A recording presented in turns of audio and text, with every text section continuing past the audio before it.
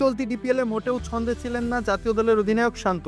প্রথম 5 ম্যাচে 4 ইনিংসে মোটে 19.50 গড়ে রান করেছিলেন 78। স্ট্রাইক রেটটাও যাচ্ছে তাই, মাত্র 53.79। নিজেকে যেন হারিয়ে খুঁজছিলেন শান্ত, তবে অবশেষে স্বস্তির হাসি হেসেছে তার ব্যাট। 293 রানের টার্গেটে পারভেজ হোসেন ইমনকে হারিয়ে বিপাকে পড়ে আবাহনী। তখনই ত্রাতা হিসাবে হাজির হন শান্ত। রানের চাকা সচল রেখে দলকে বাঁচিয়েছেন রানের চাপ থেকে। শরীফুল ইসলাম, তানজিম হোসেন সাকিব, শেখ মেহেদী, তানভীর ইসলামদের দেখে শুনে খেলেছেন তিনি। ঘরোয়া ক্রিকেট তো বটেই, আন্তর্জাতিক পর্যায়েও বেশ কোয়ালিটিফুল প্রতিপক্ষের বিপক্ষে চাপে না পড়ে নিজের দক্ষতার পরিচয় দিয়েছেন তিনি। ইনিংসের প্রথম ওভারেই উইকেটে এসে শরীফুলের বিপক্ষে বেশ নড়বড়ে হয়ে পড়েছিলেন তিনি। তবে ইনিংসের তৃতীয় ওভারে সেই শরীফুলের উপরেই চড়াও হন শান্ত। ডিপ ব্যাকওয়ার্ড পয়েন্টে আর কাউ কর্নার দিয়ে হাঁকিয়েছিলেন 3-4।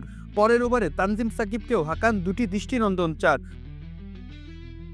পেসার বা স্পিনার কেউই এদিন বুক চিতিয়ে দাঁড়াতে পারেননি শান্তের ঝড়ের সামনে। ছক্কা মেরেই 52 বলে লিস্টে ক্রিকেটে নিজের 28তম 50টা তুলে নিয়েছিলেন। এরপরে আরও চড়া হয়েছেন প্রতিপক্ষের উপর। যতক্ষণ ক্রিজে ছিলেন ত্রাসের সৃষ্টি করেছেন বোলারদের উপরে।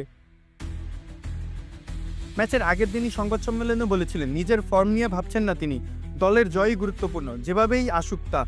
এদিন দলের জয় সুগমে বড় অবদান রেখে গেলেন তিনি। টানা 5 জয় নিয়ে টেবিলের 1 নম্বর জায়গাটা ধরে রাখতে এগিয়ে যাচ্ছে ডিফেন্ডিং চ্যাম্পিয়ন আবাহনী।